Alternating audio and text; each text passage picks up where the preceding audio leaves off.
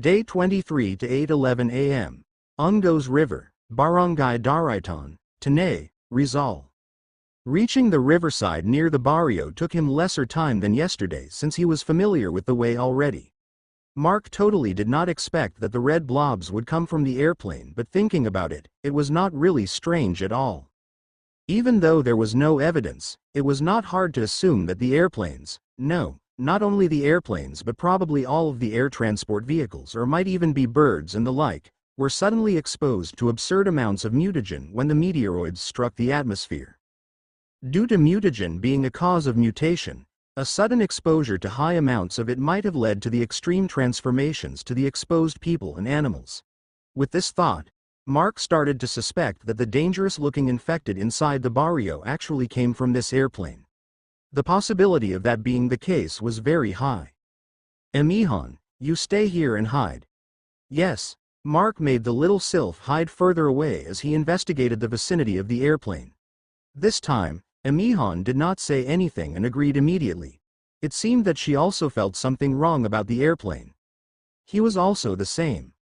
Although the airplane looked normal outside with the exception of its damaged parts, he could feel a swelling disgust in his stomach as he moved closer. It was a very strange feeling, but he could not explain where it was coming from. Amihan flew away, hiding behind a tree in the furthest corner of the orchard at the riverside. This orchard was just next to the area or the barrio where he cleaned up the infected yesterday. The orchard was the place separating that area from the crashed plane.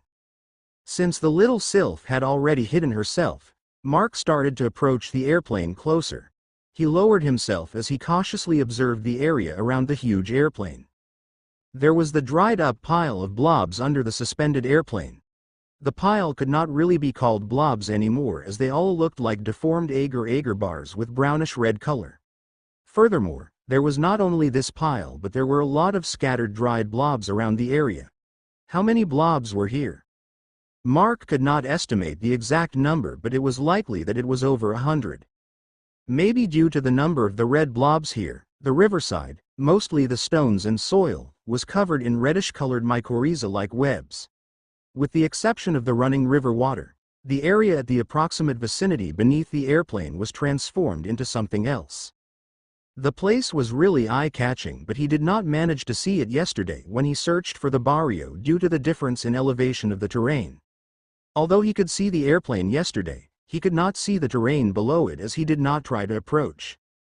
Not only that, but the place reeked with the smell of iron. Even though Mark uses blood as his main ability as a mutator, even he could not help but frown as he smelled the thick, unpleasant odor.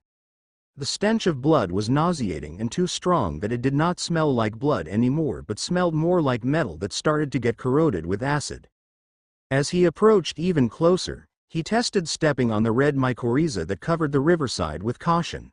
He did not feel anything strange as he stepped on it aside from the rocks covered with it being slightly sticky and slippery.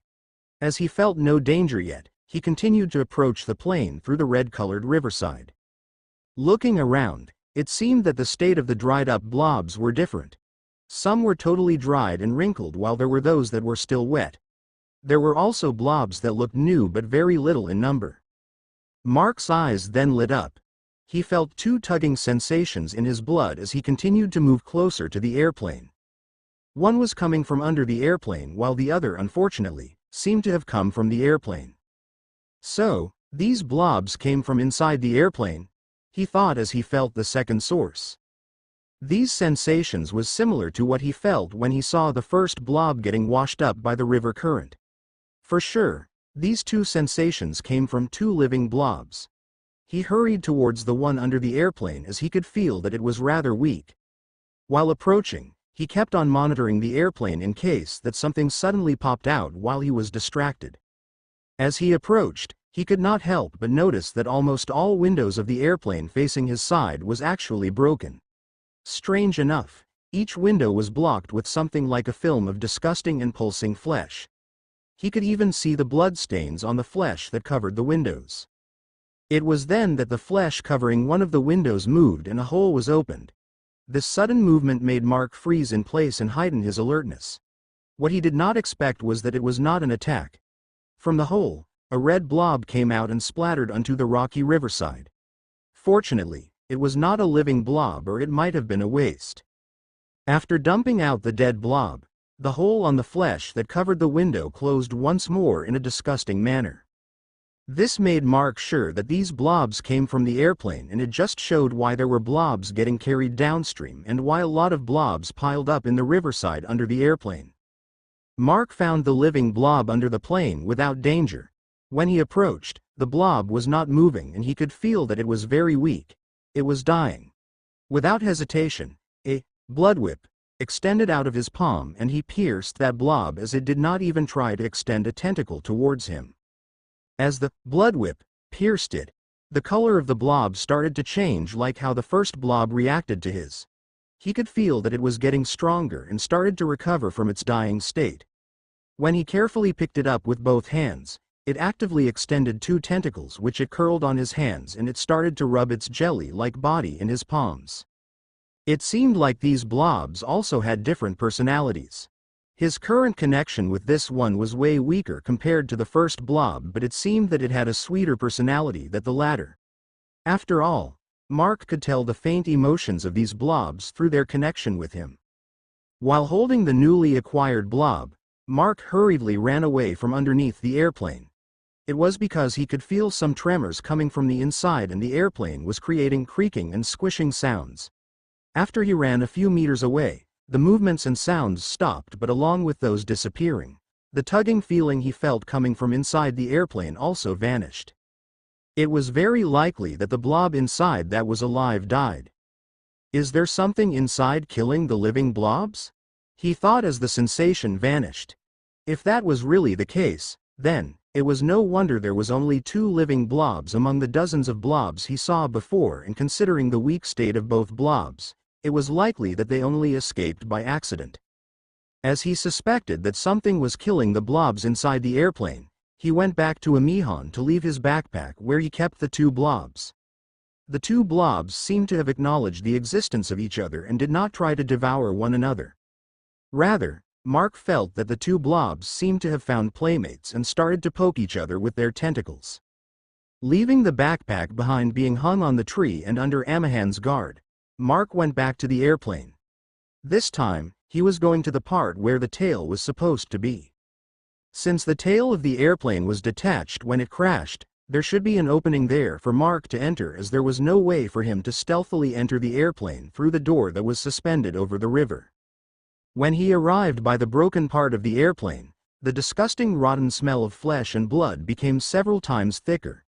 As he looked at where the opening of the airplane should be, he saw a wall. It was a wall of blood-stained and pulsating flesh. It was like a hive from an infection video game where disgusting formation of flesh covered a building along with several pods on it. Just in the airplane's case, there were no pods. The wall of flesh stained with blood, the bulging dark-colored blood vessels, and its rather unnerving continuous pulsing. He had not seen anything like this from the videos he downloaded from the internet that contained the footage of the airplanes that crashed. For sure, a unique mutation happened in this airplane for it to look like this. Should he enter or not? Mark started to contemplate. He was not really affected by the stench or scared by this scene, but if he entered the plane, it felt like he would be entering a completely different territory. If the windows and the tail part of the airplane was covered with these flesh walls, for sure, the inside would be dark, damp, and would likely look like a scene from the point of view of a schizophrenic protagonist in a psychological visual novel. However, he needed to know about the source of the blobs. If he could exploit it, then he would, as he needed more blobs to increase the production of blood metal and start on his base already. Confirming his goal in his mind once more, he pulled his katana out of its sheath. Trying to not make noise as much as possible, he slowly pierced the tip of the katana into the wall of flesh, causing a faint squishing sound as if he was scraping on a wet rubber. From the hole made by his katana, blood started to flow out. The wall of flesh was bleeding as if he wounded it. Slowly, he pushed the katana downwards diagonally to the left, making a large slanted slit and causing more blood to flow out of the wall made of flesh. From the top of the slit, he made another slanted slit on the opposite direction, creating an upward pointing arrow. Without the support from the upper part, the flesh inside the arrow slowly fell down with a squishy sound, making a triangular opening which Mark could get through. He took a peek into the opening. Aside from the suffocating stench of rotten flesh and something that faintly smelled like ammonia, it was very dark inside. However, due to the light coming in from the opening he made, he could see that the floor, the walls and even the surface of the seats were all covered with this disgusting flesh-like membrane. Seeing that there was no immediate danger, Mark proceeded to seal the corners of the opening he made with blood metal. Even though he was just overthinking it, he would not risk entering without securing the opening. After all, it was a flesh wall. Who knows if it would not regenerate and seal the opening on its own? After securing the entrance, he stepped in. It seemed that this should be where the galley at the back of the economy class seats, as he could see the flesh-covered seats for the staff and the doors leading to the toilet at the back. While his steps made the squishing sounds on the flesh-covered floor, he passed by between the pair of toilets and entered the back of economy class seating area. Finally, he could see that traces of the passengers of the airplane before it crashed. Still, why did he feel that it was like a scene from those tentacle-based hentai doujinshis? Day 23 to 8:47 a.m. Ungos River crashed Airbus, Barangay Daraitan, Tanay, Rizal. The smell inside the airplane was really revolting. It was a combination of rotten flesh, blood, urine, ammonia and feces. If it was other people, whether normal or even mutators, as long as they did not have any gas mask or ability to mask the smell, no one would be able to endure the smell. As for Mark, the repulsion he was feeling was just a fleeting one. It was one of the advantages as a mutator with a blank subconscious. The place was dark, but not to the extent that Mark would not be able to see.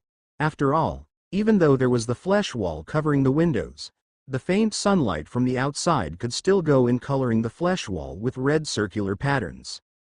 As Mark stepped into the economy class area, he was not only welcomed by the revolting scene of flesh-covered walls, floor and seats, but also dozens of naked bodies hanged on the fleshy walls and ceilings. The ones on the walls had their arms outreached sideward and their legs opened wide, while their wrists and feet were embedded onto the flesh-covered walls. The ones hanging on the ceiling were all hanging because their arms were embedded to the flesh-covered ceiling. There was almost no distinction on age and gender on the bodies, except that he could not see any children and elderly. The most disturbing thing was that there were flesh tubes or tentacles extending from the flesh walls and was connected to the genitals and mouths of the bodies. This place was a meat house in both meanings, both literal and roundabout meaning. No, rather, should it be a meat plane? All these people are infected, Mark thought as he observed the bodies. Even though all of them were seemingly unconscious, every single one of them was alive, and some were even mutated. In short, they were all biters. He could not help but notice that all the females had their bellies bulging with different sizes. It was not hard to say that these female biters were pregnant. The interior of the airplane seemed to be a breeding ground. However, Mark doubted that thought immediately.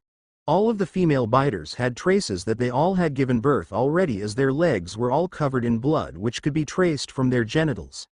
Still, despite those traces, he could not see any infant infected and even children of any age. He approached one of the female biter that had smaller stomach and crouched at the floor right underneath her. There were traces of feces and urine, but the thing that took his attention was the traces of red gelatinous blood. It looked similar to the red blob. Don't tell me. Mark had a horrible assumption. He wanted to confirm it. To do that, he just needed to kill one of the unconscious female biters to prevent it from making any noise and then slit their stomach open. However, as he did not encounter the thing that caused the airplane to shake earlier, he would rather not try it now. It was likely that it would get attracted to the smell of fresh blood, or might even be able to detect the sudden disturbance. Where is that creature though? He thought as his sight turned towards the front of the cabin. Maybe the creature was at the business class area. Making only the squishing sounds on his feet, he walked between the seats towards the front of the cabin. He had to carefully dodge some of the bodies, but as they were on the way, but there was no problem. The only worry he had was if all of these unconscious infected suddenly gained consciousness and all sprang to attack him. That would be a horrible situation. As he observed the area and ignoring the revolting feeling, he noticed the traces of red gelatinous blood everywhere. Either it be on the flesh-covered floor or even at the seats and even on the bodies of the infected. When he passed near the door of the airplane, he noticed a different female infected. Similar to others, her body was embedded to the wall. However, even her back was similarly stuck at the wall of flesh. The most different thing, however, on her appearance was that her skin and flesh was semi-transparent. Mark could see through her flesh and watch her organs as they worked. Like the other females, she was also pregnant, and Mark could totally see the contents of her bulging belly. As Mark had thought, inside her womb were 3 growing red blobs. The most horrendous thing, however, 2 of the blobs had body parts of infants on their gelatinous body. One had an infant's underdeveloped hand sticking out of its red body, while the other had an undeveloped ear. Mark wanted to touch her belly to see if the red blobs inside would react, but he would rather not. Not only that he could not feel any tugging sensation on the red blobs on her belly, but it might wake her up if he touched her carelessly. When he took his eyes from her womb and raised his head, however, he almost jumped in fright despite his empty emotions.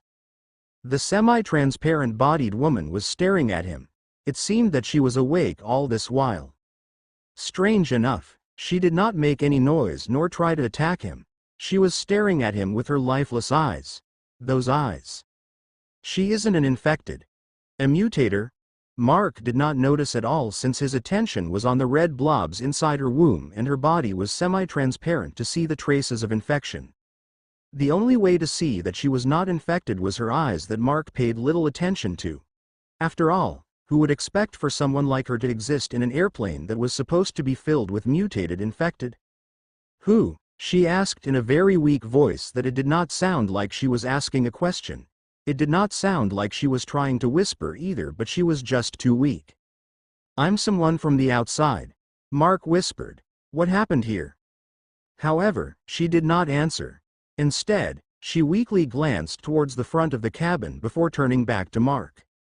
You, leave, she, coming. The way she said it was rather hard to understand in words, but Mark understood the meaning immediately. This woman wanted him to leave because someone was coming. That, she, must be the one that caused the tremors of the airplane earlier. It was then that he heard some muffled growling from the back of the cabin. That, she, should be coming from the front, so what was the commotion at the back? Mark then felt that someone was coming from the front as he heard a loud squishing sound of the floor coming from that direction. As there was no time to escape, he jumped over one of the seats and hid behind one of the hanging bodies. Still, he was able to see the creature that was approaching from the front of the cabin by carefully peeking over the seat in front of him. The creature was a woman with a height that was enough for her head to bump over the fleshy ceiling, despite the fact that she was walking with her back curved downward like a humped-back witch. Her arms were elongated, having more than 1.5 meters long, that it was just 2 or 3 inches from touching the floor as she walked, with fingers long enough to grab the whole waist of an average-sized human. Her legs and feet were still normal-sized, though except for how skinny her whole body was. It was too skinny that her skin had turned saggy. Her face looked like someone splashed acid on her. It was also the same for the most of her body. Her hair, on the other hand, was too long and it almost covered her whole torso. While he was observing the creature that somehow resembled an old witch, he felt a tugging feeling from the back of the cabin. It should be a living red blob, and it was coming from the direction of the growling infected. The witch-like creature passed by where Mark was hiding and went towards the growling infected. With her long fingers, she grabbed the body of the pregnant infected and lifted it up. Then, the witch pulled out the flesh tentacle inserted on the infected's genitalia without mercy, causing the biter to wail out in pain. Following the removal of the tentacle, the witch creature squeezed the belly of the biter, causing the contents of her womb to be flushed out. With the spread of the bloody smell, 2 red blobs plopped onto the floor. Of the 2, only one was alive. At that moment, the witch picked up the living one and stuffed it into her mouth. The tugging sensation Mark felt vanished totally. After eating the living blob, the witch grabbed the tentacle she pulled out before and shoved it back into the genitalia of the biter. She then picked up the dead blob and went to the nearest window, shoving the unconscious infected away. Unexpectedly, the infected she pushed away did not wake up. Reaching the window, the witch tore through the wall of flesh and tossed the dead blob out and left back to the front into the business-class cabin, disappearing from Mark's sight. The torn part of the wall of flesh by the window slowly fixed itself like Mark thought before. Now, he knew why there was very little number of living blobs outside. As for the two he found, they might have survived because the two were rather on the weak side and almost dying, or maybe because those two were rejected by the witch woman. Now, he finally confirmed what these red blobs made of blood were. They were a deformed result of some sort of mutational infected breeding. Something that was done for that witch woman to eat, or maybe there was more reason to this. The only person that could answer him was the semi-transparent woman. Mission had been updated. Mark started to imagine a quest-like notification on his mind. Well, his goal had been updated, really. To other people, this place might be a disgusting one, but for him, it was a great source of building resources. He did not care if their process of creation was horrible or what kind of beings these red blobs were supposed to be. To him, they were valuable resource and loyal subordinates. Now, his mission was to eliminate that old witch and take this treasure trove for himself. The optional mission was to get the details from the semi-transparent woman that was stuck by the flesh wall on the door. Now, what should he do? That creature was surely not a failed mutator. It clearly had intelligence. Did it somehow keep its mind after mutating? Probably not. Mark remembered how her eyes looked savage as she swallowed that red blob. Even though she maintained her consciousness, she had gone crazy, and not only that, it seemed that she had hate for all these people inside the airplane.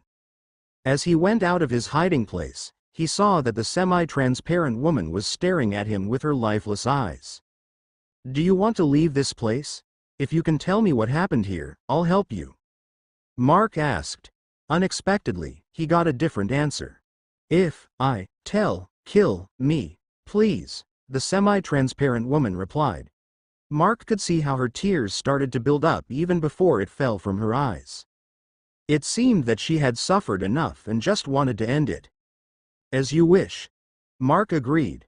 "But first, I'll kill that creature." Mark said those as the 6 blood whips burst out from his back before turning into armored bladed whips. He unsheathed his katana once more and even readied his folded crossbow.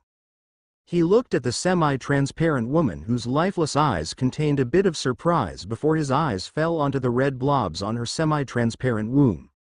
No, they were not just red blobs or even blood slimes. They should be called as the blood children. Day 23 to 9:14 a.m. Ungos River crashed Airbus, Barangay Daraitan, Tanay, Rizal. Squish, SWIRK. Sounds of squishing flesh and spurting blood could be faintly heard as Mark slowly prepared to fight that old witch-looking creature. Mark stealthily sliced the wall of flesh blocking one of the doors on the left side of the airplane using his katana and 2 of his blood whips.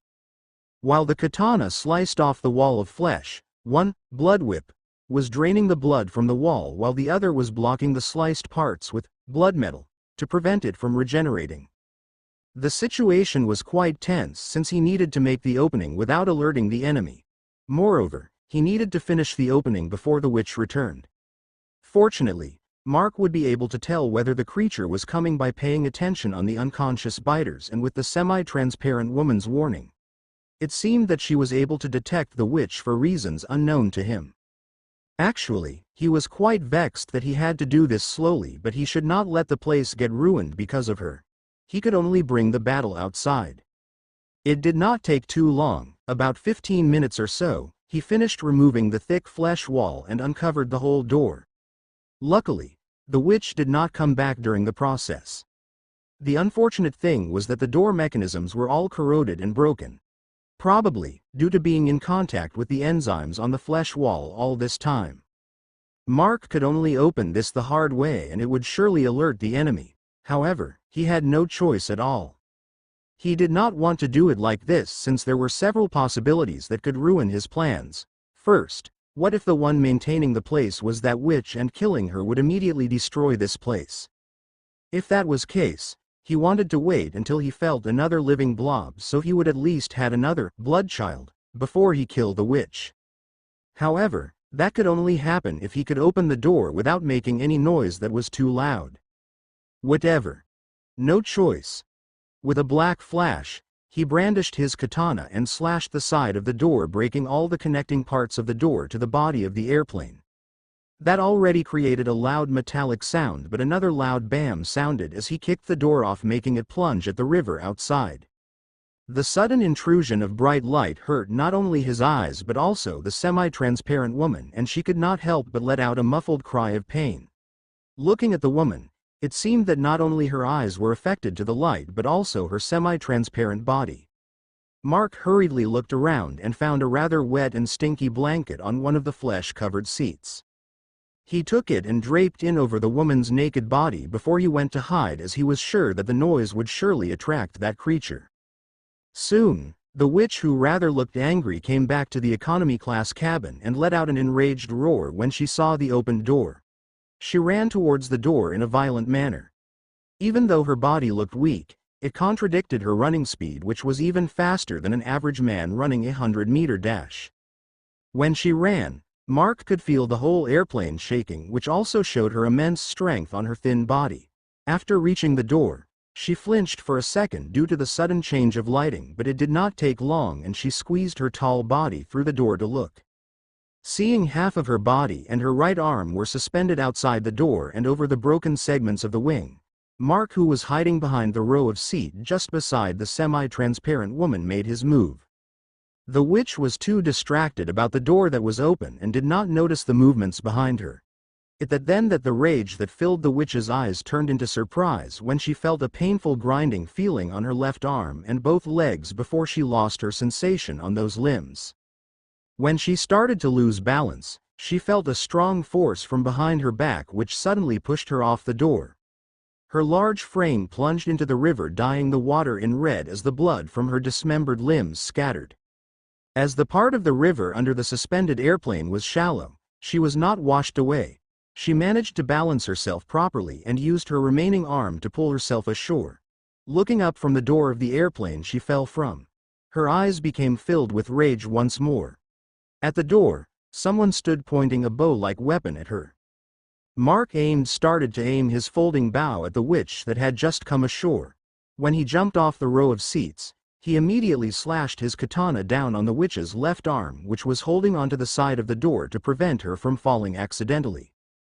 At the same time, 4 of his blade-armored blood whips hacked towards the witch's legs, which grinded her lower limbs before getting dismembered.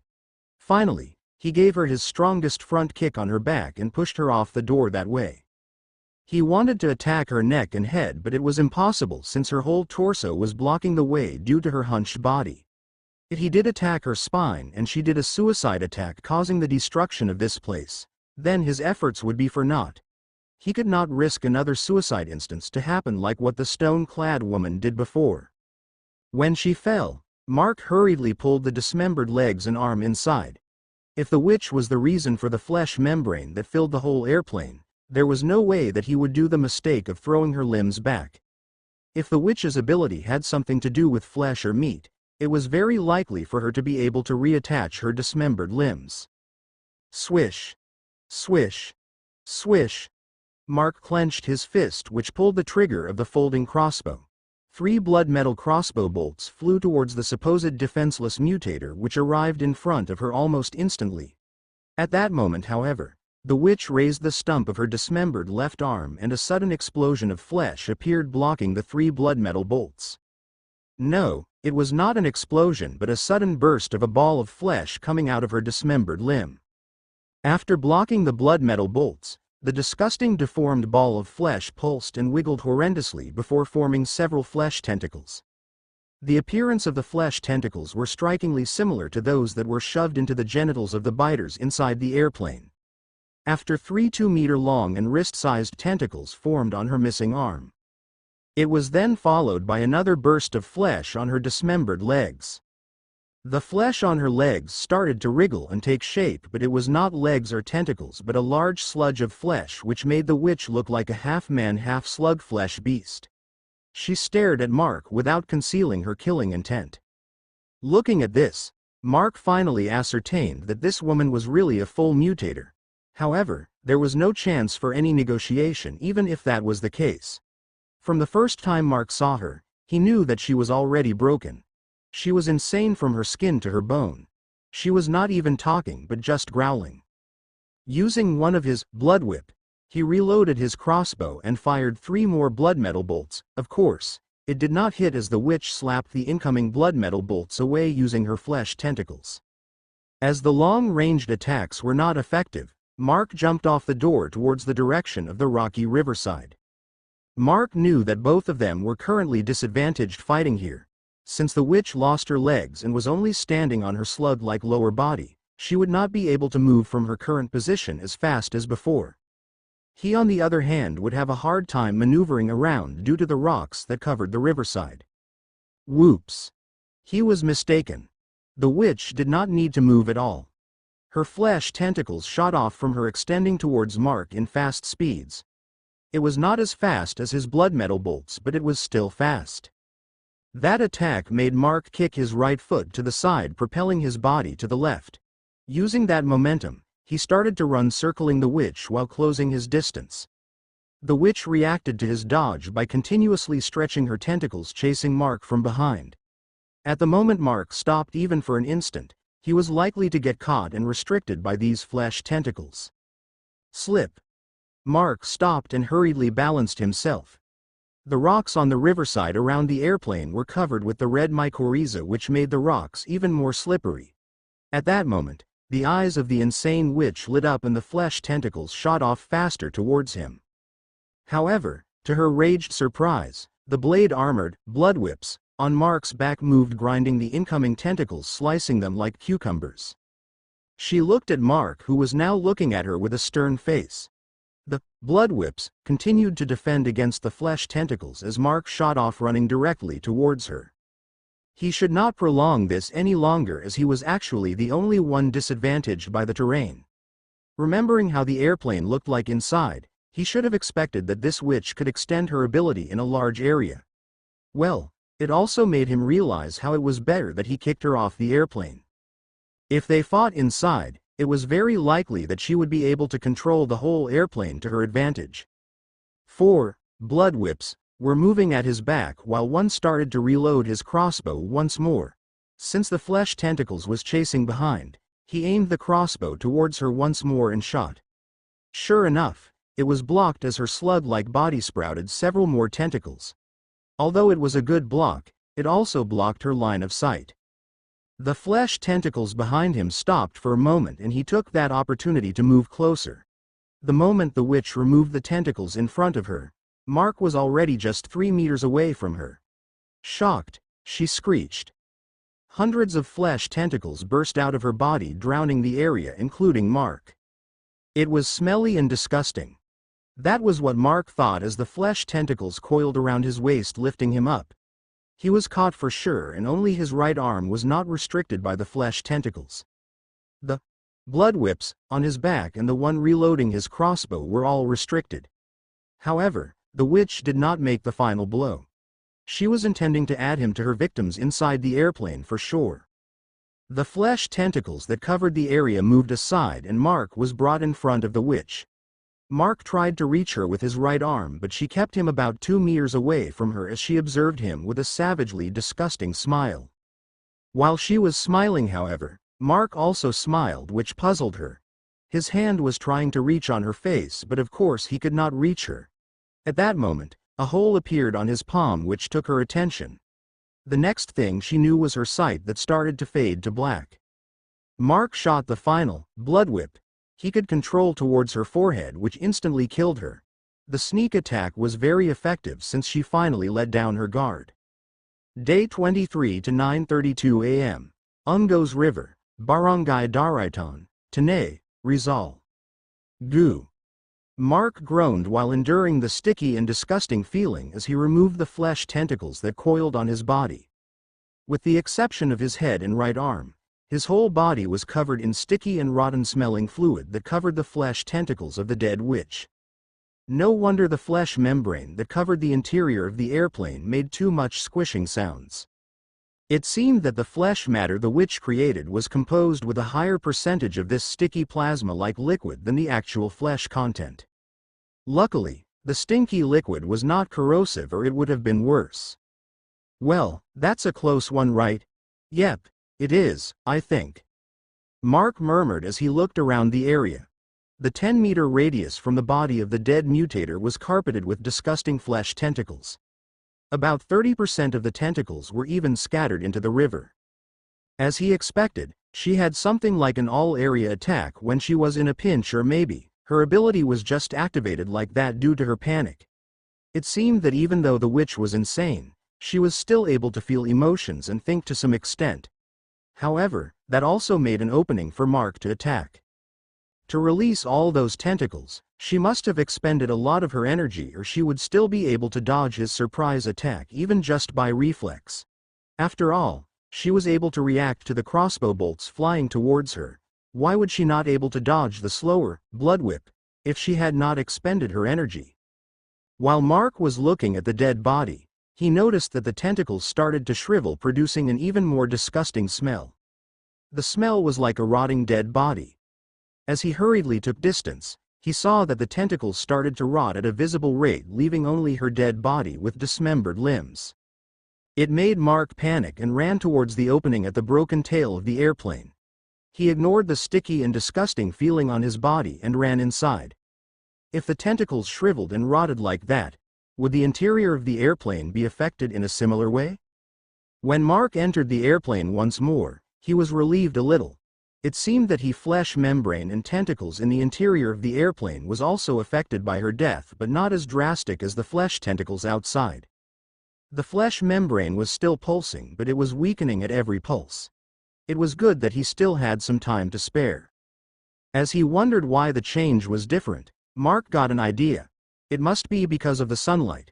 Looking how the exterior of the airplane was free of this flesh membrane and the tentacles that shriveled was also outside, which told that it could have really been the case. "Is she dead?" the semi-transparent woman asked when Mark returned. After Mark nodded to her question, he saw that she had a mixed expression on her face. It contained both relief and sadness. "Can you tell me what happened now? Or should I remove you from that wall first?" Mark asked. He knew that if he wanted a living, blood child, he should wait if an infected would give birth to one first. As he did not know if he slitting their wounds open would affect it negatively, waiting was the only safe choice until the flesh wall totally shriveled and rot. Well, once that happened, he would just adapt to the circumstances. While waiting, he could inquire the woman about the events that happened in this airplane. At his question, however, the woman shook her head. "I'll tell.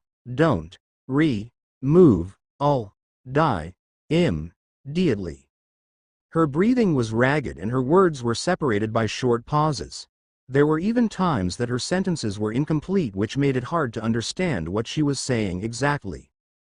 However, it was not that hard to understand what she meant. It seemed that the flesh membrane was not only there to restrict her and the biters but also maintained their lives. Now that she mentioned it, biters were living infected, and like Jeanette, they would still eat when they were hungry. The biters here, however, were constricted and there was no way for them to hunt for food. In this case, the witch might have provided them the nutrients their bodies needed to keep living.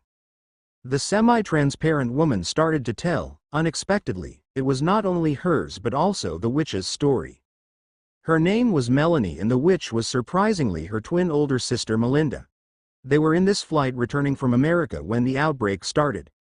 The reason they came to America was because of the genetic mutation of females in their family, which caused them to be unable to become pregnant and bear children. Unexpectedly, Melinda miraculously bore a child, and that was one of the reasons they went to America.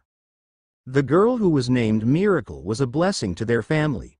Not only that the girl was born from a Melinda who was supposed to be unable to become pregnant, but the baby girl was also normal and free from their family's genetic mutation. Due to that, Melinda cherished her about 1-year-old baby more than her own life. Unfortunately, when the outbreak struck, The people in their plane did not turn into infected immediately, but the first ones were those from the front seats of airplane, namely, the pilots, attendants and the people in the business class cabin. Some grew claws on their fingers. One had his hands dismembered and a pair of claws made of bones replaced it. There was a family of 3 that got their bodies fused together, and there were also others. There were also those that looked disgusting due to their stretched bodies, melted skin and growing tumors on their bodies. Their sudden mutation caused the people in the economy class to panic and caused a stampede as everyone tried to run away from the turned passengers and airplane attendants. At that time, Melanie and Melinda, who was seated at the middle of the economy class, did not manage to evacuate in time and was trapped in the stampede of people. Not only that, but the people near the front started to turn despite not being bitten, which caused the chaos inside to escalate. Later on, the plane started to lose altitude and started to plunge into the mountain range. Melanie and her sister were not able to escape immediately, and they were pushed aside by the panicked people as if they did not matter at all. Because of that, Melinda was pounced on by one of the infected, causing her to lose grasp of her precious miracle. The less than a year baby was thrown onto the floor and she was stomped into meat paste by the panicking people. Melanie even forgot to help her older sister as she saw what happened to her niece. She stared in shock for seconds before she managed to turn her head towards her older sister. Looking at Melinda's face, it seemed that she did not even feel that her neck was being torn off by the man that pounced on her. But then, the man left Melinda after a single bite and pounced next at Melanie. She tried to defend herself and managed to shake the man off by stabbing his eyes with a pen, but she was still bitten on her wrist. Melanie approached her sister and tried to help her up just to see that she was turning. Her arms elongated along with her skin turning into something that looked like splashed with acid. During Melinda's struggle with the pain she was feeling, her long arm pushed Melanie away with inhuman strength. Melanie hit her head somewhere and she fainted. The next thing she knew was that her body turned into something like this, and she was embedded into that wall with almost all passengers hanging on the ceiling and the walls. She never thought that the person who made this was her sister, who made the females as seedbeds in revenge for what happened to her poor daughter. In the first few days, it was still fine, and even though Melanie could not move even if she was removed from the wall, she was still fine. Her body was too weak and she could not even lift her own head. Melinda kept her there and conversed with her just fine. Even though she did not want to stop this despite the protests of Melanie, she was still able to converse. However, that changed over time when she started to become insane, and it was triggered when the first baby came out to be a living blob of gelatinous blood. As she lost herself, Melinda even started to treat her own sister the same way. As for the next thing, there was no next. The flesh wall continued to weaken, and so as Melanie. She was right about it being the thing that was maintaining her life. She could not talk anymore and was just holding into a thread of life left in her. While she told the story, some of the infected started to give birth. Unfortunately, among the 20 blood children, only 2 were alive. Melanie saw what Mark did and how he treated the 2 blood children as something important. At that time, she squeezed her last words. Please, take care, them, mere, ACLE, too. She stopped moving after that. Mark removed her from the flesh wall that started to wither and laid her semi-transparent body on the floor. Unexpectedly, when he removed the tentacle from her genitalia, one of the blood children inside her womb slipped out. The blood child was alive and healthy. It can also be called a miracle, isn't it? Someone like her who should not be able to give birth at all gave birth to a healthy living being. The flesh membrane inside the airplane started to die out and the infected being bound fell on the floor one by one. Unexpectedly, the mutated ones immediately died while the normal-looking biters fell on the floor weakened. Still, these infected gave Mark a different vibe compared to the common biters outside. He then decided. He picked up 4 younger-looking females and a male among the biters while he killed off the rest. Each of them had a good body state except for being weakened. He bound their arms and legs using shackles made of blood metal, from the blood he harvested from the other infected. Using these 5 infected, he would try to see if they could birth for more blood children. When the tentacles were removed from the genitals of the pregnant infected, the contents of their wombs were flushed out. Among the almost 100 remains, he found 3 more living, blood children. It looked like that the ratio for the living, blood children, was too low after all. Mark then proceeded to smash the heads of the mutated infected that the psi crystal on his arm reacted to. In the end, he found 5 pebbles which allowed him to create 2 physical crystals on the spot. With the 2 crystals, one goes for Melanie while the other goes for her sister Melinda. During the process, it was very uncomfortable. The crystal heated up too much, although not hot enough to burn his skin and flesh. He picked up Melanie's body and carried it along with the 6 blood children he found and made his way towards the business class cabin. Melanie's last words gave him a clue about the supposed to be dead baby. In the business class cabin, the flesh wall was still not withered for some strange reason. Looking at the middle of the cabin, there was an aquarium-like structure made of thin film of see-through flesh being supported by flesh membrane that was stronger than the ones found inside the other parts of the airplane. It looked like an organic pod that could be seen in alien abduction movies. The pod was filled with slightly reddish sticky liquid. Inside the center of the pod was a blood child. Different from the others, however, the body was not shaped like a formless blob, but it looked more like a human baby made of blood. One thing Mark was sure, though, it was alive. Looking at Melanie's dead body, Mark asked, "So, this is Miracle, right?" Day 23 to 3:24 p.m. Mountain Village, Mount Malabito, General Nakar, Quezon. It was already past lunch when Mark managed to go back to the village. Melanie's story might be short, but the time consumed as she told that was rather long, as she had her difficulties talking.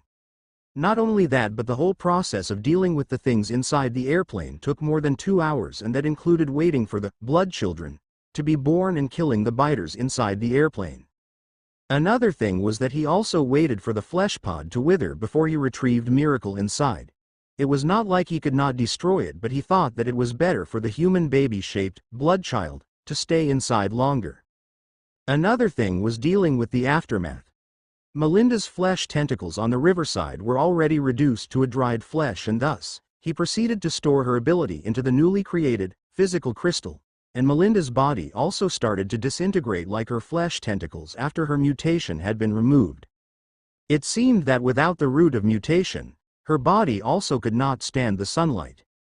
After that, he needed a way to transport the 5 infected he secured, the new blood children and the other usable things he found in the compartments of the airplane. It would need him to go back and forth because of that, and it was not efficient. To return faster and in one go, he needed some kind of transportation.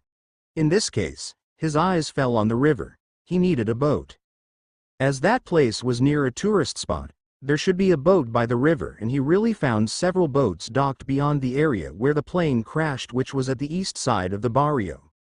Unfortunately, all of the boats were rather unreliable enough to be ridden, as rust already started to accumulate without the proper maintenance those boats needed. In the end, he pulled the largest one of those boats towards the area where the plane was and intended to coat the exterior of the boat with blood metal. It was good that he had quite an amount of bodies to harvest blood from. While he tried to remove the stinky smell by washing his body on the river, he made the blood children, except for Miracle, gather the blood of the infected inside the airplane. However, while the smell on his armor was removed, the smell stuck to his clothes. Because of that, he would have to endure until he could change his clothes.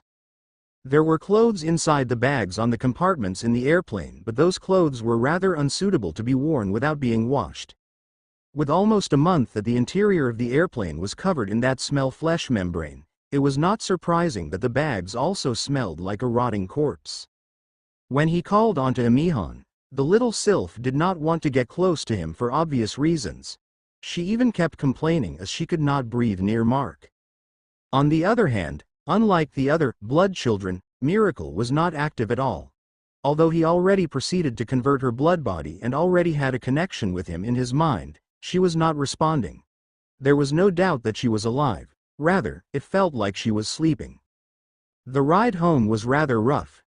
Even though Mark knew how to ride a paddle boat, it was only in theory. This time was really the first time he even ride one that he could remember clearly. He had vague memories of riding a boat when he was small, but of course, he was not the one operating it. The boat had a motor and had gas, but the motor was not working anymore. As he rowed the paddleboat downstream, it was like kayaking with a large vessel with heavy cargo. Not only his hands hurt but also his legs and bottom.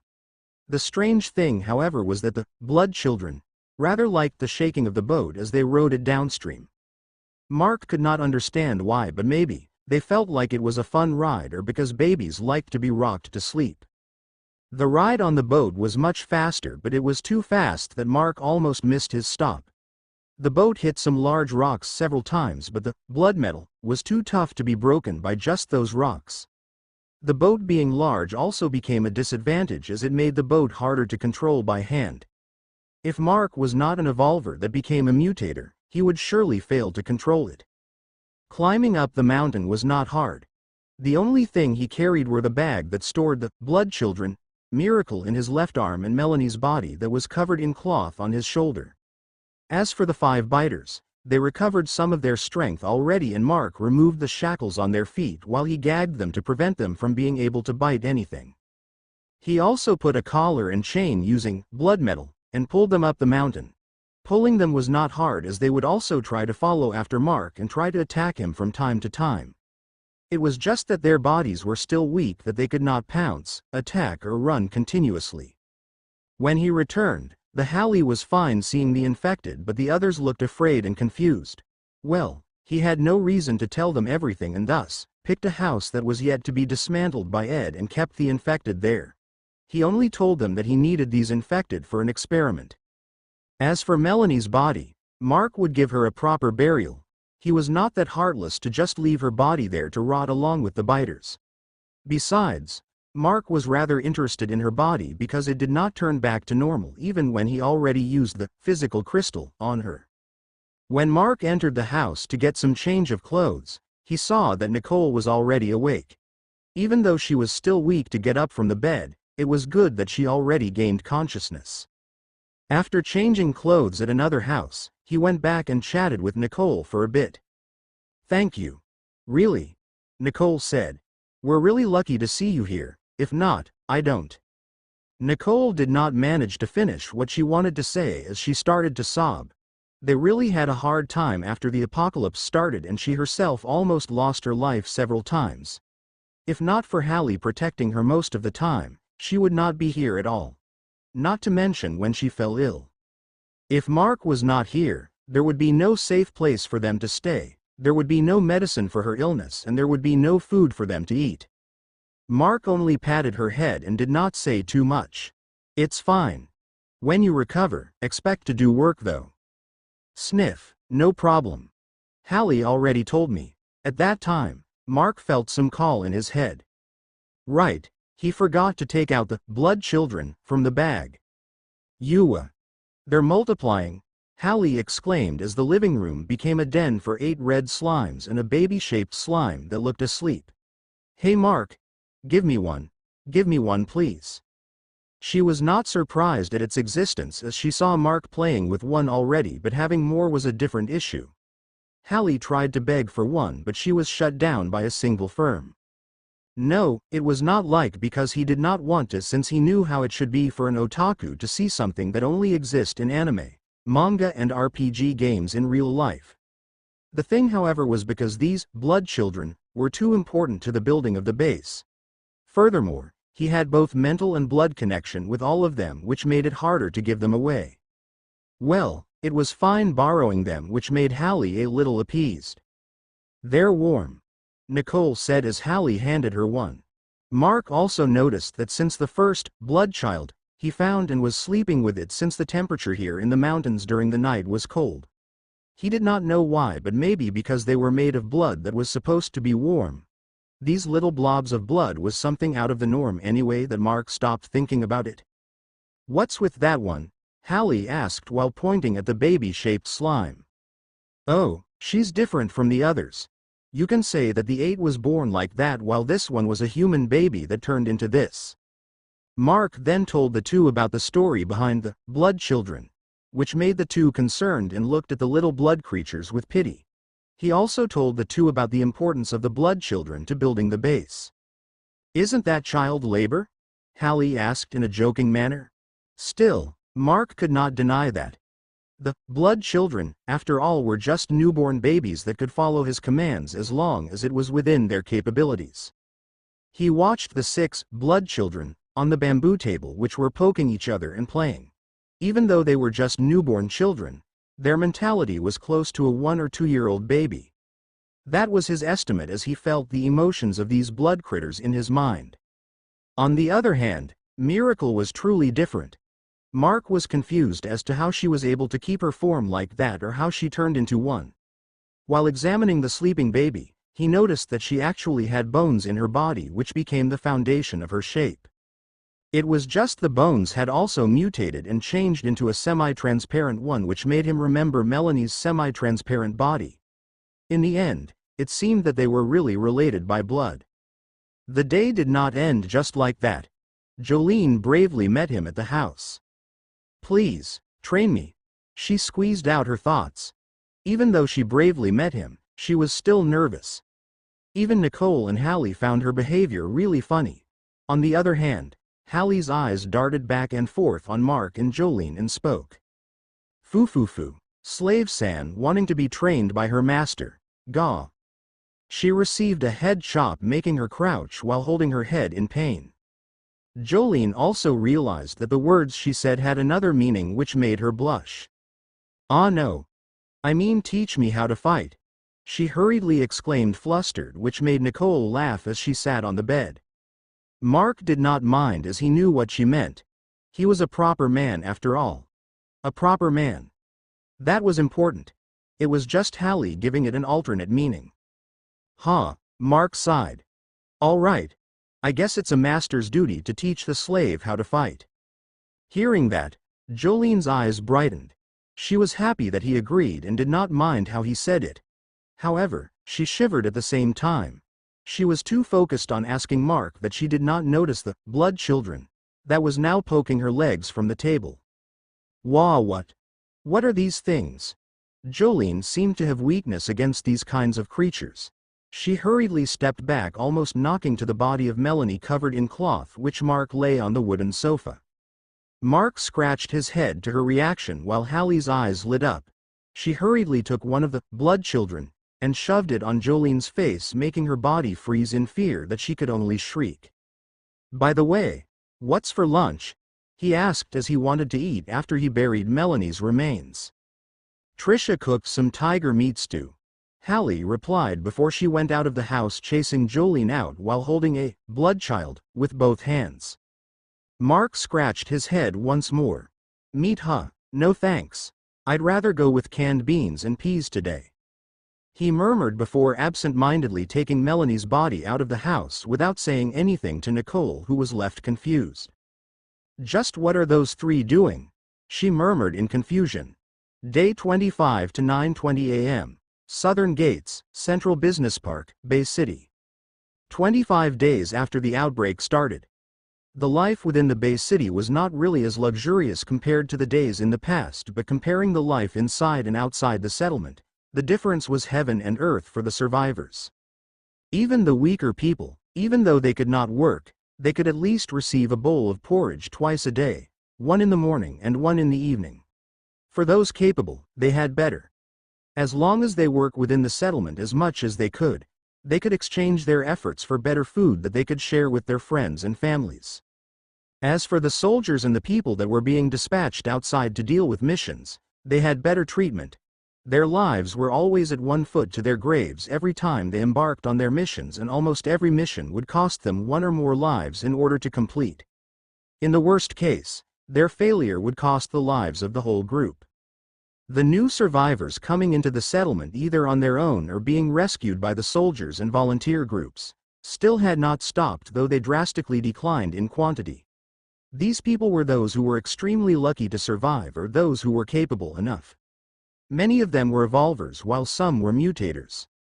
The existence of these people slowly strengthened and bolstered the defense of the settlement. Unfortunately, Many of these capable people were being enticed to join the ranks of the government factions rather than the military.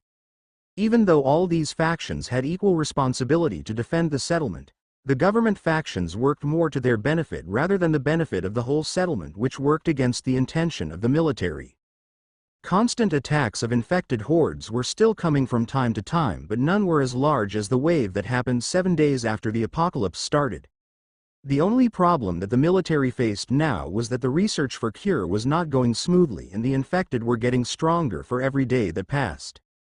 Fortunately, the research of mutated plants led by Professor Shervil Sandoval made a breakthrough, and he managed to discover a mutagen-enhanced variant of edible grains. It was similar to rice but had a grayish color and a corn-like taste compared to the normal rice before. The best thing, however, was that the new variant of edible grain could be grown faster than normal rice that took 4 to 5 months to grow and to be harvested, while the new grain was estimated to fully mature in 2 months only. Furthermore, it could supply more nutrients and energy to people compared to the past variants of lab-researched grains. This trait of the new grain meant that only a smaller portion of it equaled to more than a single meal to normal people. The new grain was named as E-rice or energy rice. Due to the discovery of the grain, several greenhouses and in-house plantations were built. They had high expectations that this new variant of grain would bolster their dwindling food supply in the next 2 or 3 months. Aside from those events, the life in the settlement was rather mundane and boring. In the past, Philippines has been dubbed as the social media capital of the world, as majority of Philippine population made social media and internet as a medium to pass time. Now, however, there was no internet and even other kinds of entertainment. People could only work for survival and fear as they waited for the next attack of the infected. Yes, life was really boring and most of the things inside the settlement were repetitive. This morning, however, about 200 people composed of several squads of the military along with a portion of the government officials, private personnel, some of the survivor groups inside the settlement were gathered at the southern gates of Central Business Park. Along with these people and their vehicles, a luxurious MB Sprinter parked away was too eye-catching along with the people gathered around the vehicle. After all, this was the first time most of the people here saw the fairy sniper, who was taking with the little demoness. May was outside talking with Paula. Together with her, of course, were Odalina, Abigail, and even Iola. Among the people around them were Nikki's group with the exception of Roland, and Daniel and Jason's group with the exception of Arvi.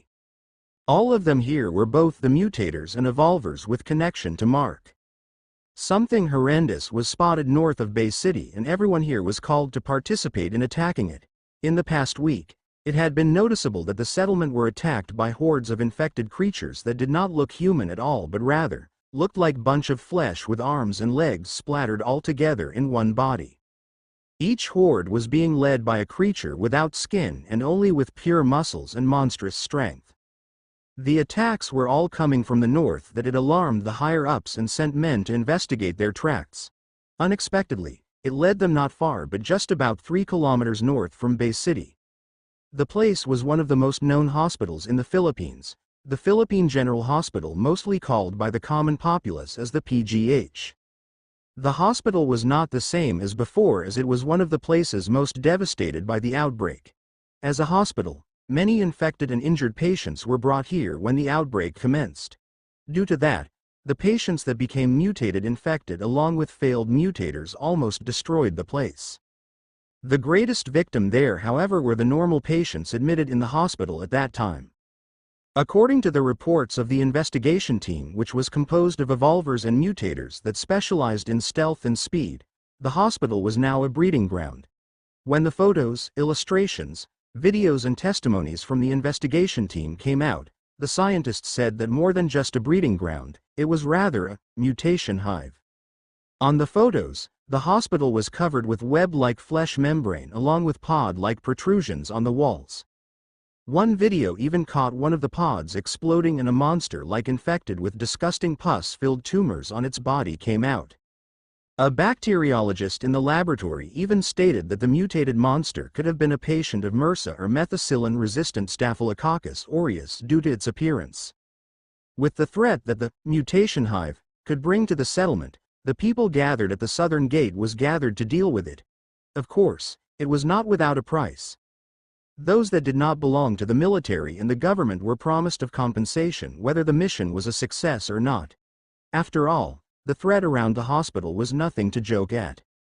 The people here would move out at 10:30 but was gathered here for the final briefing of the mission. Now, the leaders of the groups were called unto a room where General Miguel Perez and other military officers sat on the chairs to the side. A female soldier, who was one of the secretaries of General Perez, stood at the front while everyone else sat at the rows of chairs in the middle of the room.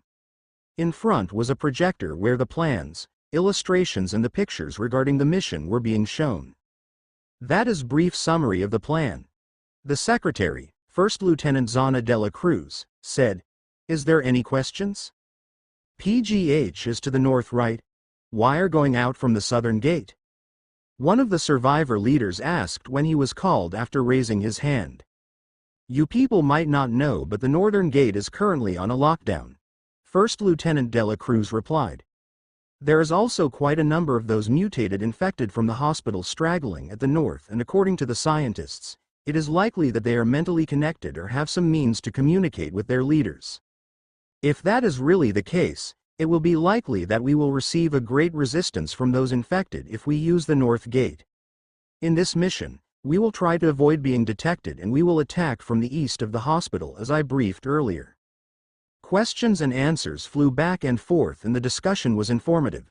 That was until one of the mutators that led a group and was under one of the private personnel of a senator.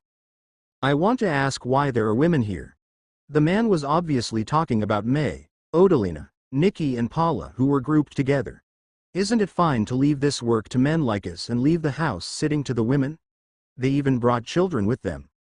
Unexpectedly, May's group did not react to him. The secretary on the other hand hearing his question ignored him and proceeded to call another person who wanted to ask a question before. It made him lose face as he could hear some of the group leaders snickering behind him. "Hey, I'm still asking my question," he bellowed, which finally made the secretary look at him. Sighing, Zana replied, "To be frank, you're the one not needed here. Your ability and even the members of your group had been evaluated by us already." "No, all people that was requested for help was already evaluated, which in fact, all of you here. In terms of ability, experience and combat capability, your group was much lower than the women you are talking about. Just where did you get the confidence to ask your question?" Zana's reply was combined with her cold-looking eyes, which obviously stated her contempt for the man. "What? I don't believe it. What's your basis for that?" he shouted. "Then what about the children they brought? We don't need baggage in this mission, right? It's not your concern, isn't it?" Zana crossed her arms. She was starting to feel annoyed. "You can also bring children if you want, but of course, their well-being in this mission is your responsibility." At this time, Zana stepped back as General Perez stood up and walked in front. When the general stepped in the center of the room, the people became quiet.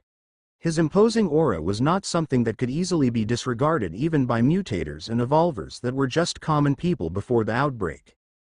"As you all know, we called unto your groups for this mission and it included all of your members as long as they could fight and have the ability to. It was not age restricted, but in the least, we only reminded that it was better for normal people to stay behind and did not restrict it. As long as anyone would not drag the whole mission to fail, it was fine to join this mission. It included children that have the ability to fight."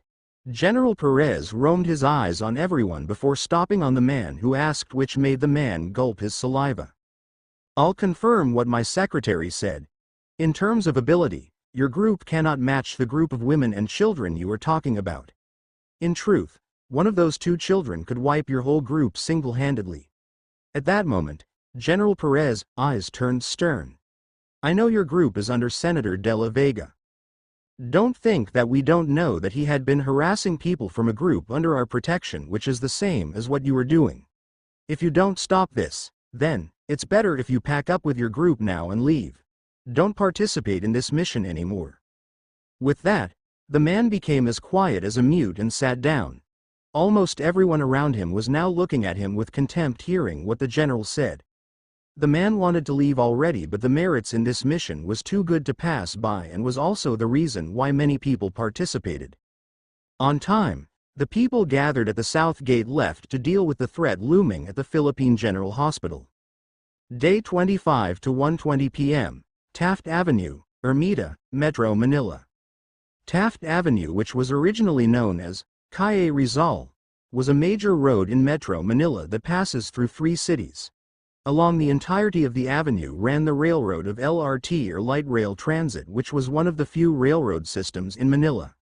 Its railroads ran above the center of the avenue, with the foundations of the railroad separating the northbound and southbound lanes in almost the whole length of avenue, with the exceptions of straight crossing roads and turnslots for vehicles.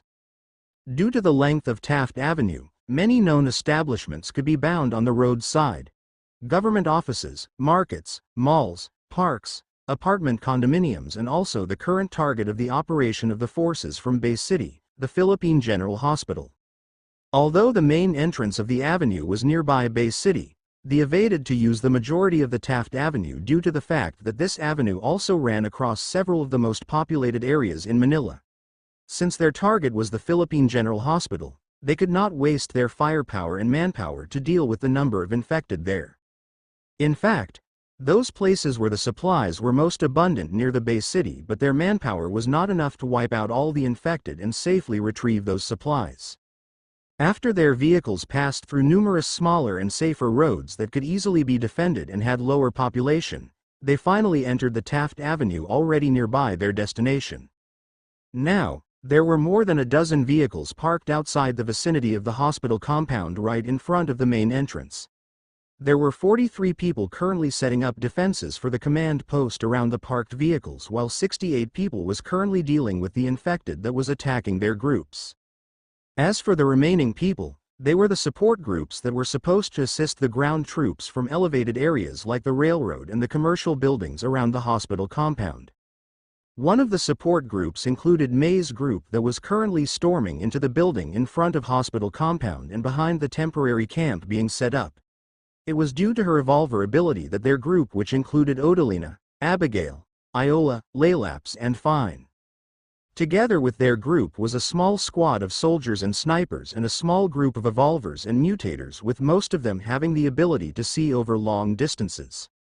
This group of evolvers and mutators did not actually belong in a single group but had been picked from several groups to participate as scouts for this mission.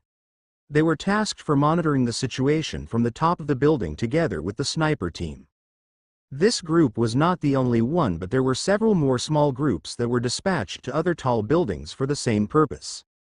The order to gather these people to form the monitoring groups caused some conflicts due to the fact that any group would hesitate to leave the life of their teammates to the hands of others, and caused 3 groups to almost back out, but it had been resolved by allowing one of their group members to accompany the person to join the monitoring teams. Even though they were called the support teams, they were actually the first people to embark on their missions and fight the infected. The ground troops would storm the hospital at exact 2 o'clock and should end at 3, whether it was successful or not.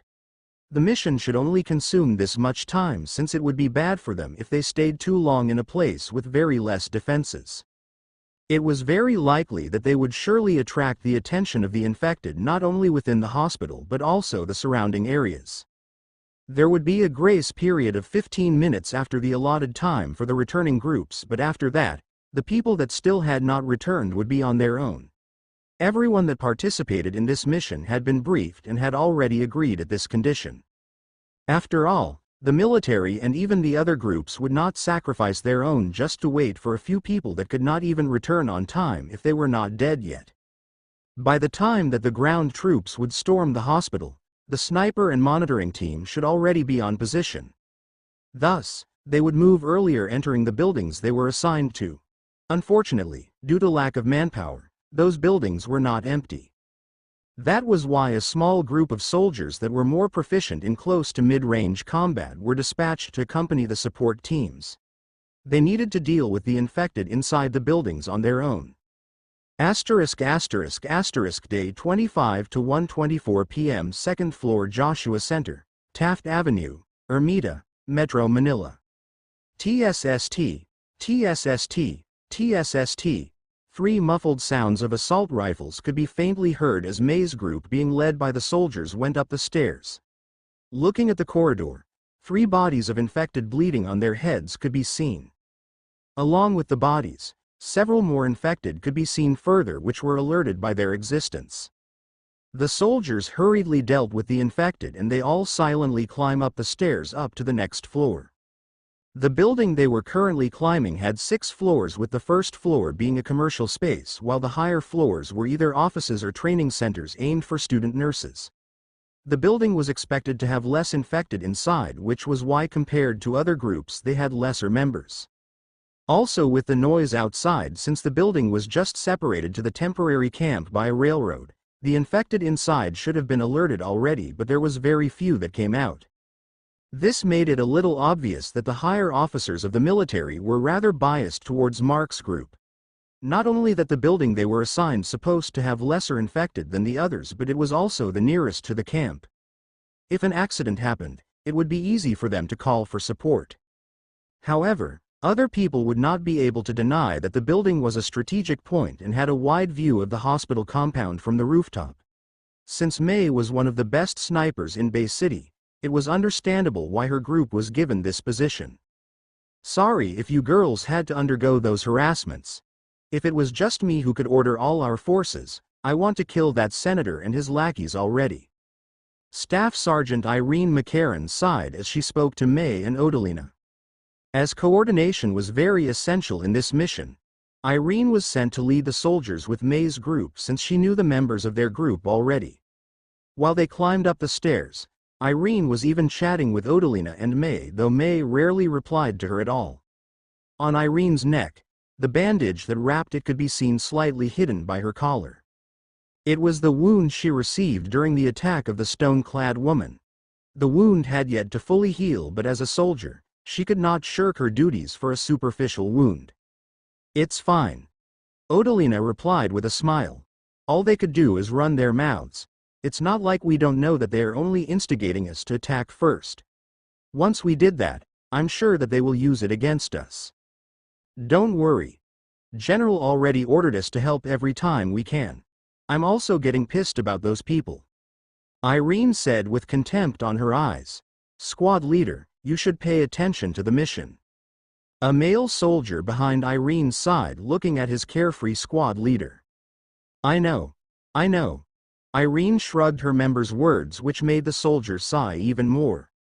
It was at this moment that the soldier that went to scout the upper floors went back with a solemn expression.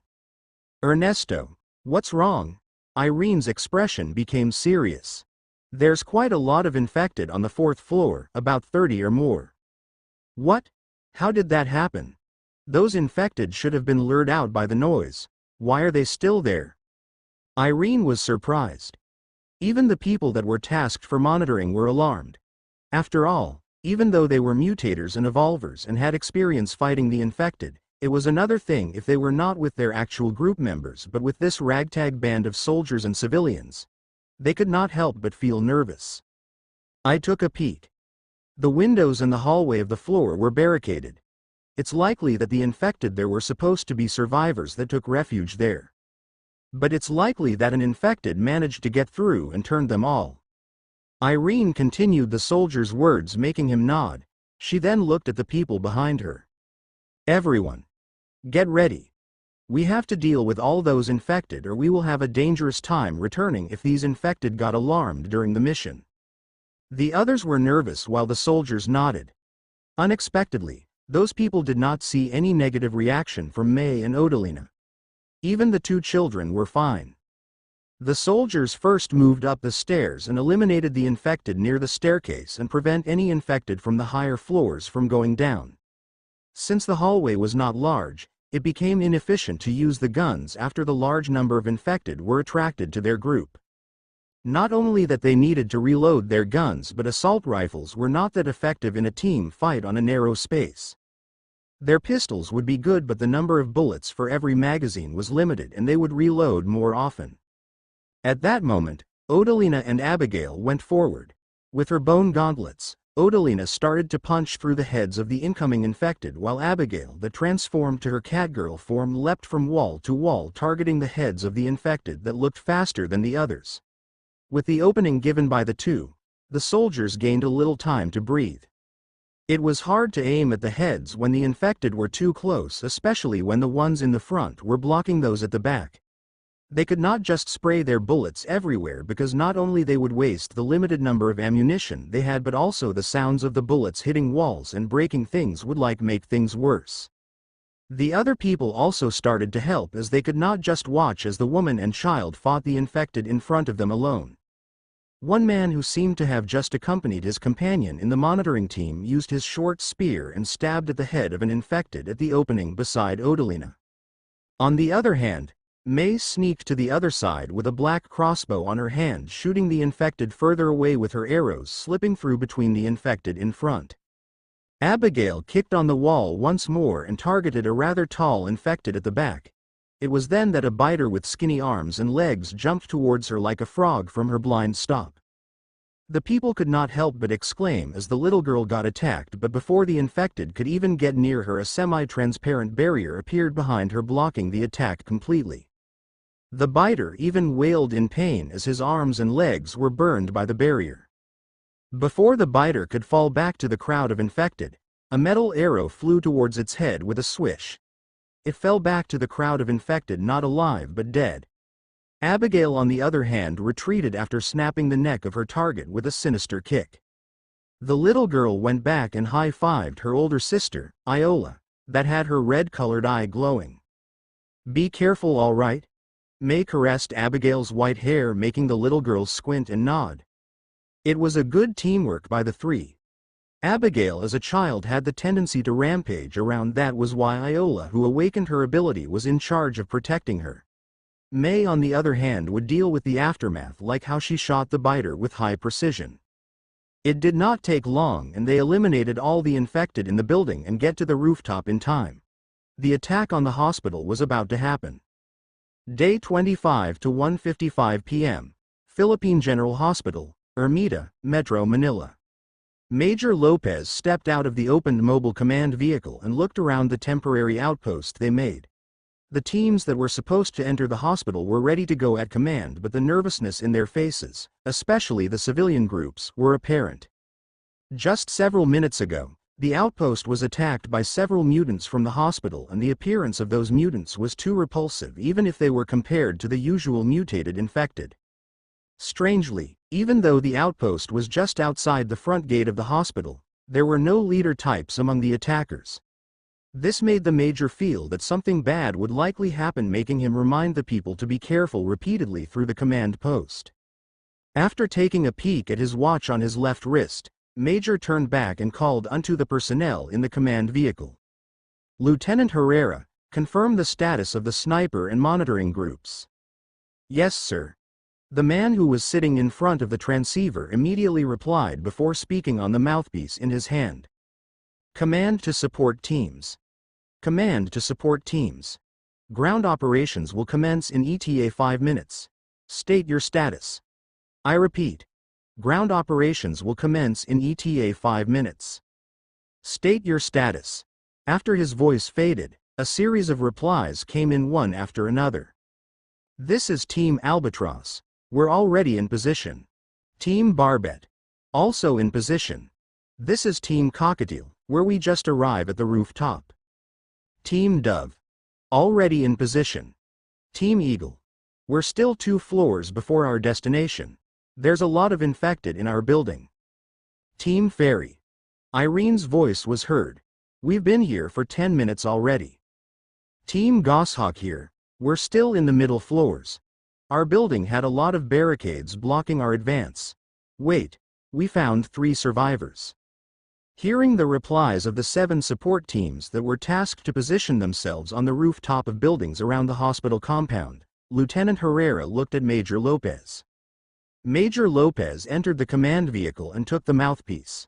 "This is Major Lopez. Team Eagle, double speed. If your team needs reinforcements, say it. Team Goshawk, we'll send a retrieval group to take away the survivors. Continue on the mission and say if your team needs tools to remove the barricades. As for the others, wait in position. We'll start on time. Roger, Team Eagle here. We could still manage. We'll get in position as soon as possible. Team Goshawk. Please send some tools. Some of the barricades blocking the way are nailed to the floor and the walls. After contacting the support teams and the retrieval team to get the survivors found by Team Goshawk, the operation commenced. Asterisk asterisk asterisk sounds of gunshots echoed across the whole compound as the teams of soldiers, mutators and evolvers stormed the 3 entrances of the hospital compound. At that time, however, as if waiting for their attack, the largest pods on the walls of the buildings within the compound burst open at the same time. It caused the gross-smelling greenish liquid to splatter around the compound, even covering the web-like membrane that covered the grounds of the compound. In each pod, a mutated infected emerged. The mutated infected were different from each pod. The monitoring personnel from Team Barbet that was positioned at the northern part of the hospital reported a mutated infected with bloated chest and moving in a strange manner came out of the pod in the northern side of the compound. Team Dove also reported a mutated infected that had bloated muscles in its whole body that was contracting and relaxing like a beating heart. Upon spotting the irregular-looking mutated infected, a plethora of loud gunshots echoed from 6 buildings around the hospital compound. It was the 6 teams composed of the sniper and monitoring groups. Their duty was to provide fire support and monitoring after all. Since the sudden threat appeared, they had to deal with it as soon as possible.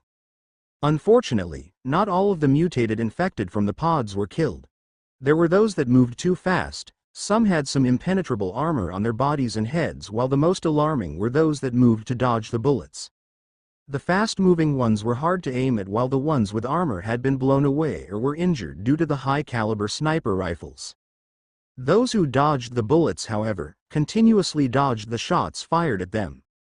These infected were those they called the leader types. They were the higher-leveled mutated infected, like those that led the horde of disfigured mutant infected to constantly attack Bay City in the past several days.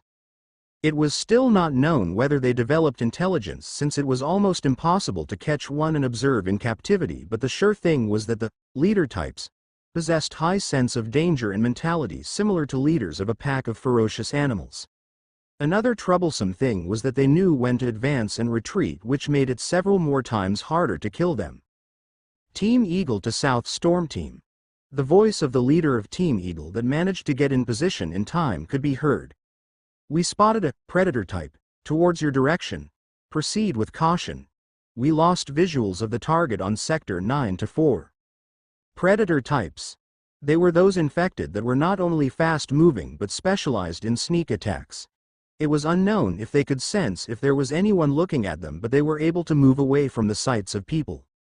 When the target relaxed their guards, these kinds of infected were more likely to attack. Aside from being too agile, most of this kind of mutated infected had claws or blades on their upper limbs and had either too lean bodies or muscular limbs. Team Albatross to Main Storm Team. The leader of Team Albatross that were positioned at a high building at the northeast shouted at the radio, sending his message to the teams at the main entrance. We lost visuals of an infected we suspect as armor type and suicide type hybrid in Sector 2-2. Proceed with caution. Armor type. As the name implied, they were the infected that had hard skin or worse, had armors on their body. It was not a man-made armor but made of hardened biological matter. Most of the time, they were hard to damage even with hot weapons. Their obvious traits were their stiff movements due to hardened skin surface, and most of them had rather larger body builds. Suicide type. It was also the same as its name implied. They would behave the same as other infected, running towards people, biting and infecting. However, the problem comes when they were killed. Every single time one was killed, their bodies would explode into pieces. The worst thing, however, was that the damage their exploding bodies could do, especially if their bodies contained concentrated acid or poison. Normally, a mutated infected would have just one type to mutation. However, there were very rare times that the infected would mutate in a unique way which gave them characteristics of 2 or more types. Major Lopez inside the command vehicle listened to the continuous exchange of voices on the radio. His expression was solemn. It was good that the people participating in this mission were briefed about the sectioning of the hospital compound, making it easier to alert where the danger could come from. The map of the hospital had been divided into 10 by 5 sections, and each section had around 50-meter square area. He did not expect, however, that they would encounter a lot of advanced mutated infected inside the hospital compound.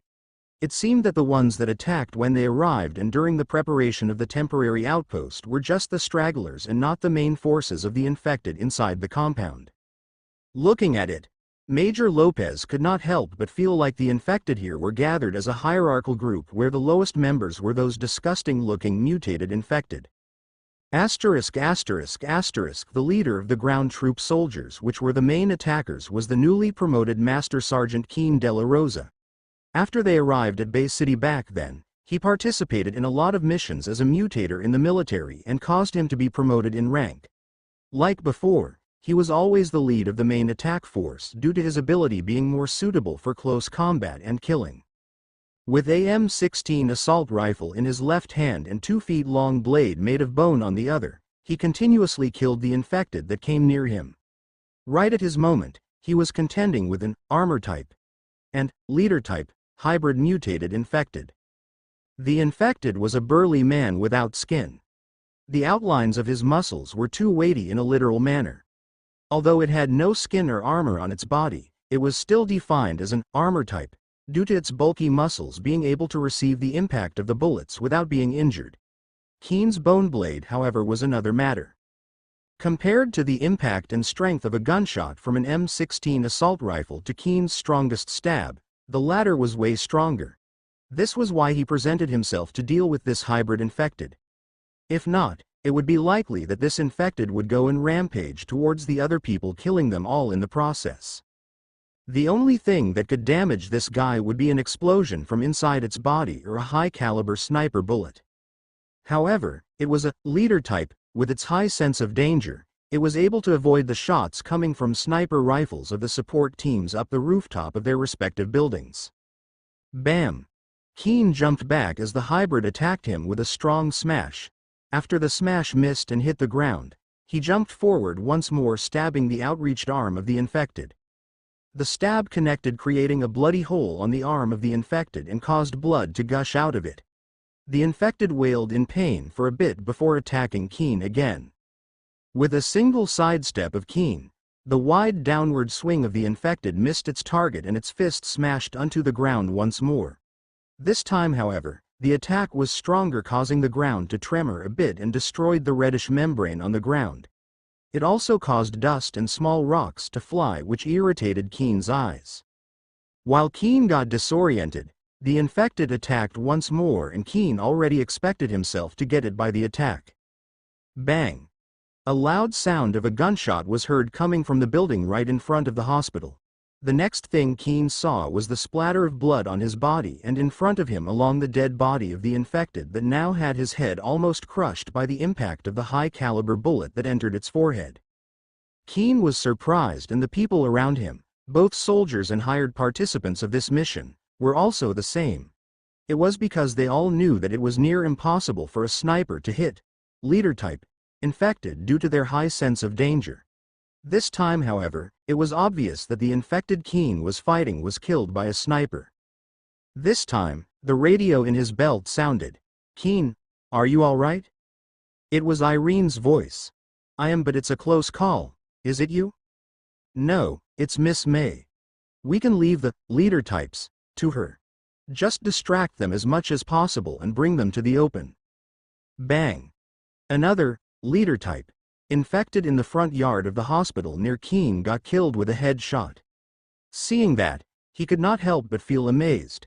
He was sure that even distracting the leader types would not work for other snipers. "Okay, thanks." While the two were talking on the radio, a voice suddenly interjected. "Hey, you two love birds." It was the voice of Major Lopez. "Don't use our emergency frequency to flirt. All of us can hear you too. Expect punishment when we return." "Sorry, Major." The two both apologized, but Irene's voice was not really apologetic at all. Day 25 to 2:15 p.m. Philippine General Hospital, Ermita, Metro Manila. You heard the idiot leader of Team Fairy. If any of you can't deal with the leader types, lure them to the front of the hospital. Major Lopez rubbed his temple after he spoke at the radio. While majority of the people participating in this mission were issued with the main radio, the squad and team leaders, whether the soldiers or the private groups, were given another smaller radio that should only be used in emergency. He did not expect that the idiot granddaughter of one of the previous American major that participated in World War II would be able to think of using the radio to contact Keen, who was also a leader of his own team. The major just wished that it would not set as a bad example that the other leaders would follow. Still, the information Irene said was vital. He also did not expect that the silent princess of Shao Industries was capable of eliminating the leader types without problem. It was really good that General Perez asked them to participate in this mission. However, the condition that they asked in order to agree was rather hard to accomplish, and it was to make greedy pigs from the upper brass to leave their group in peace.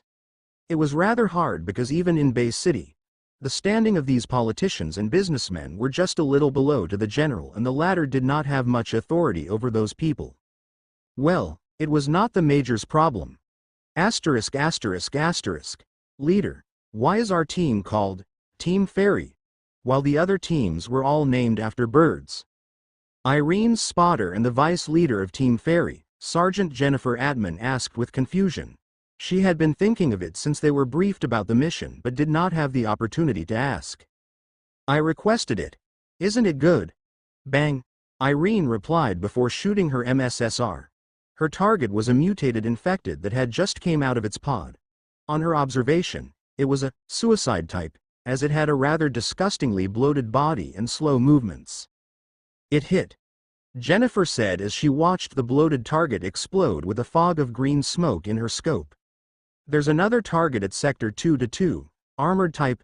Fairy seemed good, but it sounded odd when the other groups were named after birds and were not. Bang! Irene shot her sniper rifle towards the next target and hit the head, but it only staggered backwards and did not die and ran off away from their sight. Our team is originally named as Team Flamingo. What do you think? Lost visuals of the target. I guess Team Fairy is good. Flamingos were cute, but a military team with a name like that was more likely to be taken less seriously than the others. Bang! Bang! Another gunshot echoed not far from them. They glanced at that direction and saw May, who was using her PSG-1 sniper rifle while picking the leader types in front of the hospital one by one. Furthermore, not only that she had no need for a spotter, but the interval of shots from her sniper rifle was rather too short. The recoil of the sniper rifle had not totally subsided, but she was able to aim it once the recoil started to weaken. They felt amazed that the almost invincible leader types were easy pickings for her, with the exception of armor type hybrids, which she could only injure or kill in several shots. However, as soldiers, they knew why the leader types were able to dodge their attacks. In theory made by the scientists in Bay City, the leader types were likely to be able to sense danger through killing intent, and that was why they were able to dodge bullets even from sniper rifles and sneak attacks. It was similar to how insects and animals were able to avoid dangers around them. Leader types were too agile even for most mutators and evolvers, not to mention to them who were just normal soldiers. Due to that, they needed time to aim towards the target, and there where the issue lies. The more time they consume to aim at the target before shooting, the more killing intent they release.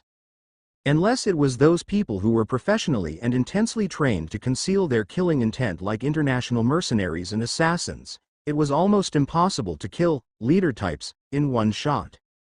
Yet, May was able to do it. The reason to this was May's eye ability, optical zoom, and bullet time. She was not even relying on her scope too much and was aiming with her bare eyes. She was using both abilities, especially against the leader type, predator type, and agility type infected. It was because those three types of infected were the fastest kinds. She was not using the scope too much when dealing with the fast infected due to the fact that the scope was inhibiting her field of view. Agility type. Infected, as their name implied, were those that could move the fastest compared to other infected types. They had no redeeming physical features aside from their agility, but their attack patterns were rather erratic and random. They could move too fast, and the muscle springs of their limbs were too strong that they could sometimes use walls, ceilings and other structures to propel their bodies towards their prey. Due to bullet time, the movements of the enemies were slower and it gave her less time to aim at her targets. Due to the very short aim time, the killing intent and danger she could release was too negligible to the leader types, making them unable to detect her shots. If it was before, when she had just received this ability from Mark, she would not be able to do it, but her daily training made her able to respond to her bullet time ability accordingly. At this moment, one of the members monitoring the surroundings shouted while observing the east side, which was the back of the building, shouted, "Everyone, we got company. There are large birds coming from the east." Everyone suddenly turned their heads towards the direction the back of the building was facing. It was in the middle of the day, and due to the outbreak, the ominous gray sky caused by too much pollution in the past was all gone. Due to those, the normal people could faintly see black dots in the sky on that direction. The snipers and those with abilities to see further could verify that those were really birds. However, looking at their ferocious appearances, beaks dripping of blood, pale eyes and extraordinarily abnormal size, these birds were surely infected. There was a lot of them and was being led by a larger mutated infected bird. For sure, the larger bird was a leader type. "Team Fairy to all units. Team Fairy to all units." Irene bellowed on her emergency radio. "We spotted infected birds coming from the east. Approximately 1,000 meters away.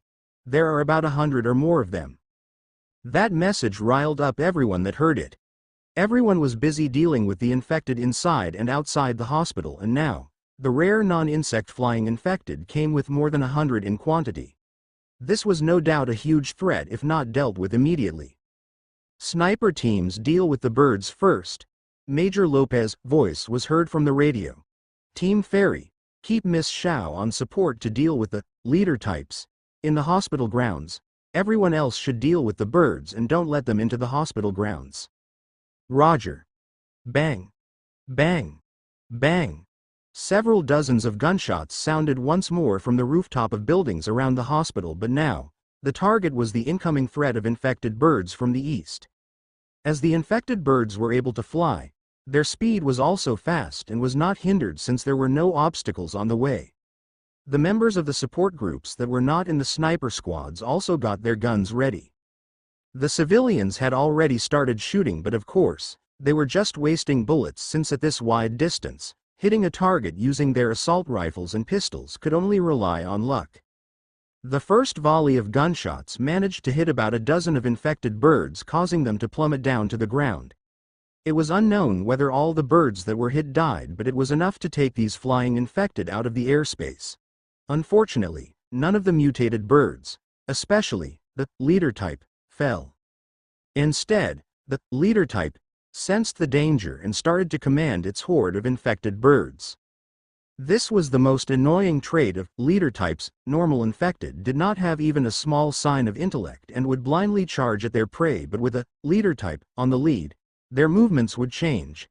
Like now, with the leader type mutated infected bird, the flock of infected birds started to fly in different directions following the flight path of their leader. It goes without saying that it became much harder to hit the flock even though there was too many of them. The flock flew erratically as they came closer and closer. The number of the infected birds also started to decrease as they became easier to target the closer they came. Still, the pressure on the people atop the buildings became stronger and stronger, and the leader type bird was still alive and flapping its wings. As expected, even though there was 3 buildings to the east of the hospital compound occupied by the support groups, the flock of infected birds were targeting the building occupied by Team Fairy. The flock of birds came closer and closer that even Laylaps and Fine that were on standby moved to protect May, Iola and Abigail. Unfortunately, they were on a rooftop. It was not recommended here for Laylaps to show her full form. She was here in case that they needed to escape. In her full form, it would not be hard to scale the buildings and escape while carrying several people on her back. Fine was also here for the same reason, as it could assist if an unexpected event of someone falling from the building happened. As for why the flock of birds targeted their building, it was obviously because of Iola, who was a psychic and was in the open.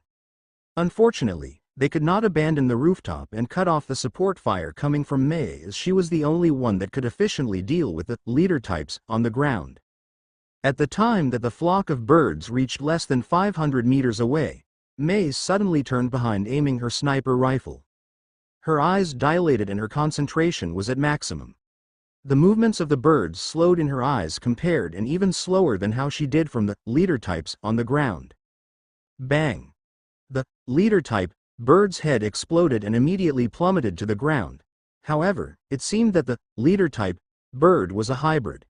The moment it died, the coordination between the infected crumbled, but at the same time, their movements, cries and speed became even more erratic. It was the trait of instigator type infected. The instigator type infected were those that were able to influence other infected in a certain range. The medium of influence differed from screams, blood, or even the death of the infected. Their influence ranged from being able to call the infected into a certain area to the worst that were able to increase the abilities of the infected influenced by it. The flock of infected birds, like crazed predators, flew towards Team Fairy with even more speed and blood-curdling screeches. "Everyone, gather around us quick," Odalina bellowed and called everyone's attention as she moved towards May and the two children. "Iola, get ready, protect everyone." "Yes," Iola replied with a serious expression unbefitting a cute child. A chilling red flare on her red-colored pupil appeared as the infected birds continuously flew towards them. Day 25 to 2:38 p.m. Rooftop, Joshua Center, Taft Avenue, Ermita, Metro Manila. The members of the monitoring group in Team Fairy became more and more nervous as the crazed infected birds closed onto them. Many of them had no ability to fight at close combat, and their physical prowess was rather on the low side. It was due to their abilities being only suited for scouting and monitoring. They could be able to avoid danger from afar but not deal with the danger directly. Some of them wanted to enter the building once more and avoid the danger, but as normal civilians before the outbreak, there was the inherent fear of the military on their minds. They participated in this mission in their own consent, and they were told to strictly follow orders lest the mission failed because of them. Now, there were no orders being issued to retreat, which made them confused and unable to think properly. Instead of running or getting ready to fight, a number of them were rooted on the spot instead. Those who accompanied the members of the monitoring group immediately went forward. It was their duty to protect the people they accompanied after all. It was the same for the soldiers, and their actions became fiercer and fiercer the closer the infected birds came. While they were lost, Odalina's voice entered their ears. When people were lost and did not know what to do, they would likely follow the first instruction they would hear, even though they did not know whether it was reasonable or not. Sometimes, it caused bad decisions and would often lead to a worse situation just because they were not able to process the possible consequences of the action. Fortunately, that was not the case this time. As everyone gathered around Odalina's team shooting the birds that were already just several feet away from them, a dome-shaped barrier appeared encasing everyone inside. The crazed infected birds slammed onto the semi-transparent barrier with high speeds. Some slammed head first while others splattered their whole body onto the barrier. With an audible sizzling sound, the bodies of the infected birds that stuck themselves onto the barrier started to emit smoke as their feathers and skin started to become charred. Some of the weaker birds that dived head first onto the barrier immediately died after their heads became charred after penetrating the barrier for a bit. The stronger ones had their heads stuck inside the barrier, and those who were still clear-headed among the people immediately tried to attack those head to end the infected birds. Before they could do so, however, the barrier burned the necks of the birds before closing the holes, which decapitated those infected birds almost instantly. Seeing the situation, the people inside the barrier could not help but feel relieved. They did not know where this barrier came from, but it was likely that it was an ability of someone here. The man with the spear remembered that this same barrier appeared before when the little catgirl was in danger. He looked at the center of the barrier and saw Iola, whose left eye was glowing red, with her hand outstretched to the direction where the birds were coming from. All the birds slammed onto the barrier, which took a large toll on the little girl. Fortunately, the infected birds lost the ability to fight after they slammed onto the barrier. Some birds that hit the barrier with their bodies were still alive, but with their feathers burned and limbs charred, their combat capabilities became next to zero. With all the remaining birds now lying on the rooftop, the barrier vanished and Iola slumped to the floor. She was immediately abandoned her sniper rifle and lifted by May and let her sit beside her position. "Mama, did I do well?" Iola asked as she sat beside May. "Yes, you did well. Leave the rest to us and rest." May replied and caressed Iola's head, making the little girl smile with satisfaction. Iola lost her memories of the past, including her real family, friends, and the bad things that happened to her. In exchange, she remembered something else. During the time the crystals activated back then when Mark disappeared, the little girl felt the crystal calling to her. Upon contact, she remembered fragments of memories of abilities that formerly belonged to someone called Keeper. She felt that she had met the woman called Keeper before, but she could not remember. However, her abilities were ingrained in the little girl's mind. It included about the existence of the psi crystal that had already chosen Mark as the bearer. It also allowed her to be able to tell that her current father was still alive somewhere. Actually, as the inheritor of the creator of the psi crystal, she should be able to sense where it was once it found a bearer, but it needed to be supplied by the bearer with mental or psychic energy in order for her to sense where it was. It made her unable to understand why she could not sense where her papa was now. Keeper was a rare person who had two psychic abilities, and the second one was called Heat Wither Barrier. It was being able to conjure an energy barrier. The surface of the barrier was extremely hot, but that was not the lethal thing about it. Heat should not be able to injure someone instantly and lethally in the slightest touch, but because of the wither trait of the barrier, it would inflict some corrosive effect on the surface and causes more lethal damage than the heat was supposed to do. It was just because the heat the barrier emit on the surface, it was misunderstood as being burned or charred rather than being corroded. Seeing the weakened state of the girl, the other people around of course would be able to relate the barrier that appeared to her. The men could only send a thankful glance, while the women were able to say thanks directly. Why was that the case for the men? It was because May's group of women and children were known because of rumors for trashing men that came near them.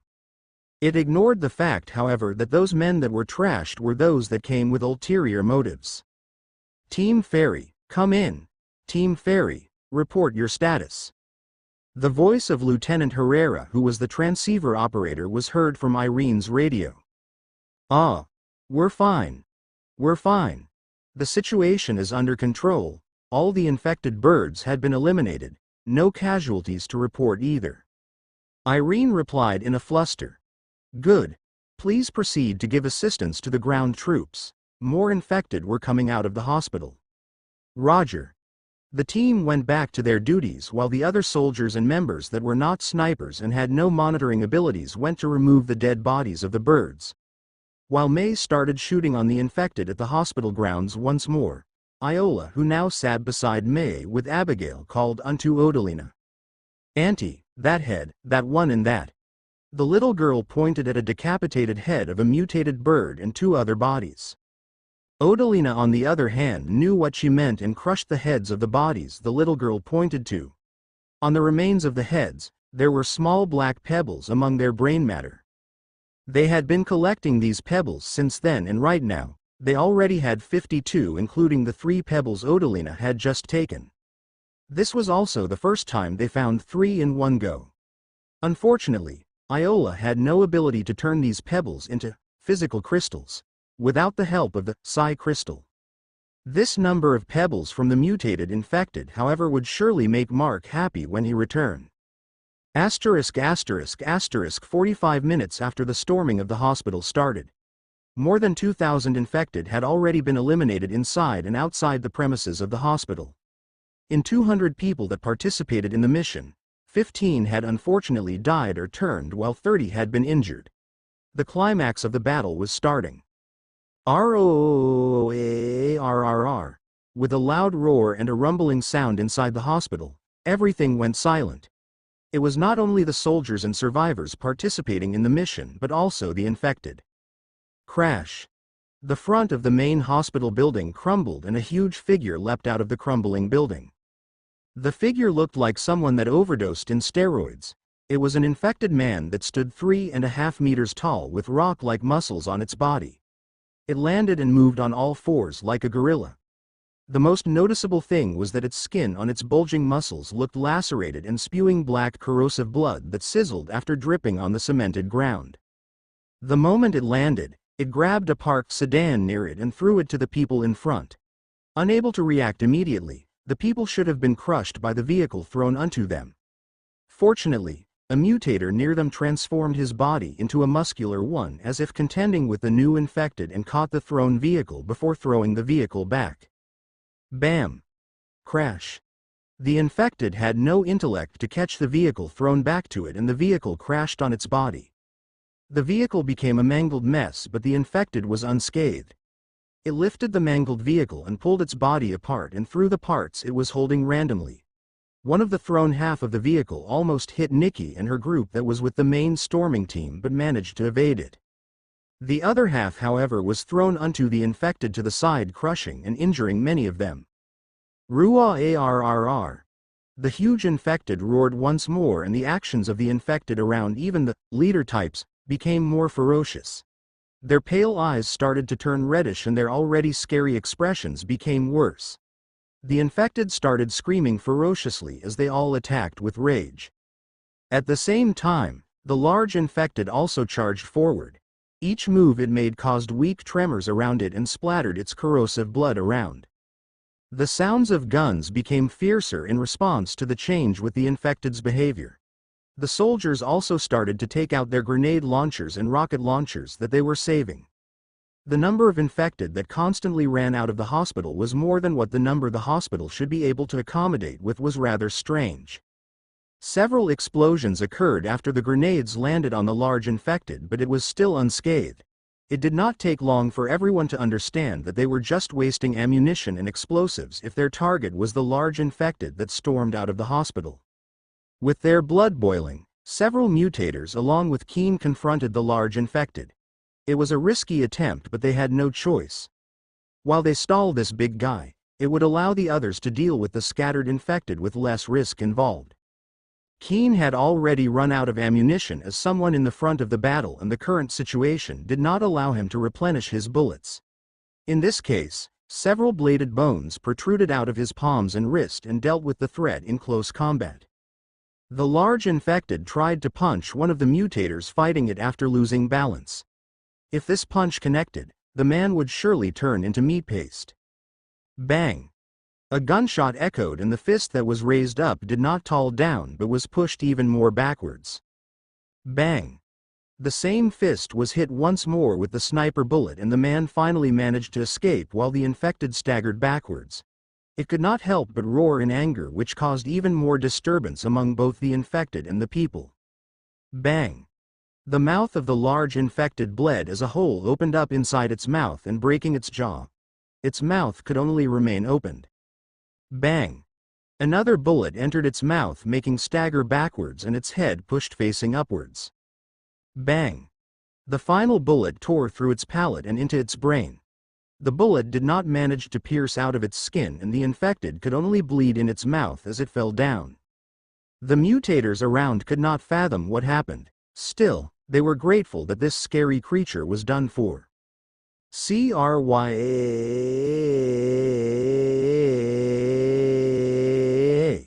It was then that a loud shriek was heard from the interior of the main hospital building, followed by the rumbling of the whole compound.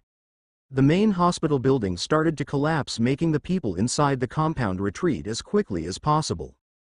The dust soon dissipated and it could be seen that the whole building crumbled. In its place, a 7-meter-tall mound of flesh with half of a woman's body protruding out of the mound. With her enraged shriek, several dozens of human-sized tentacles surged out, sweeping everything on its path.